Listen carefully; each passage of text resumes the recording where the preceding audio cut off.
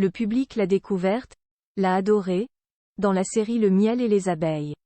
Mais un jour, tout a basculé pour Mallory Nataf comme elle l'a fait savoir dans une interview accordée au magazine Closer ce vendredi 17 novembre.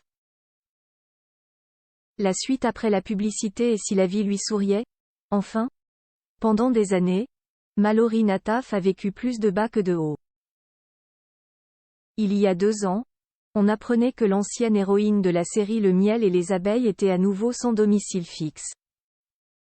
Elle était réapparue, en 2019, dans la série Les mystères de l'amour pendant 8 mois mais un imprévu l'a, à nouveau, propulsée vers une chute terrible.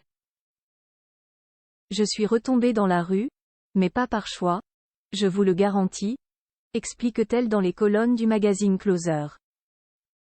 Un hindou m'a volé mon portefeuille au mois de mars 2020, au tout début de la pandémie, avec, à l'intérieur, ma carte bancaire, ma carte d'identité et près de 400 € en liquide. À ce moment-là, je louais une chambre dans un hôtel à 40 € par jour. Le lendemain du vol, ma banque a été fermée à cause du confinement. Impossible de signaler ma situation. Et sans argent, je ne pouvais plus payer mon hôtel. Pendant 10 mois, Mallory Nataf a dû, à nouveau, affronter les difficultés de la rue.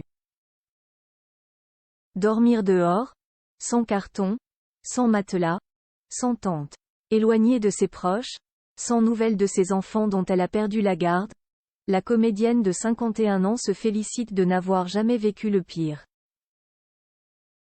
J'avais réussi à faire refaire mes papiers mais, la nuit, sur la bouche de Chaleur où j'étais, rue de Rivoli, on m'a arraché mon sac par 2 fois.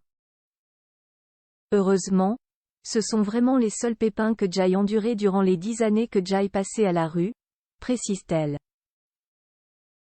Jamais je n'aille vécu d'agression grave et j'aille le sentiment d'avoir été protégée par ma bonne étoile.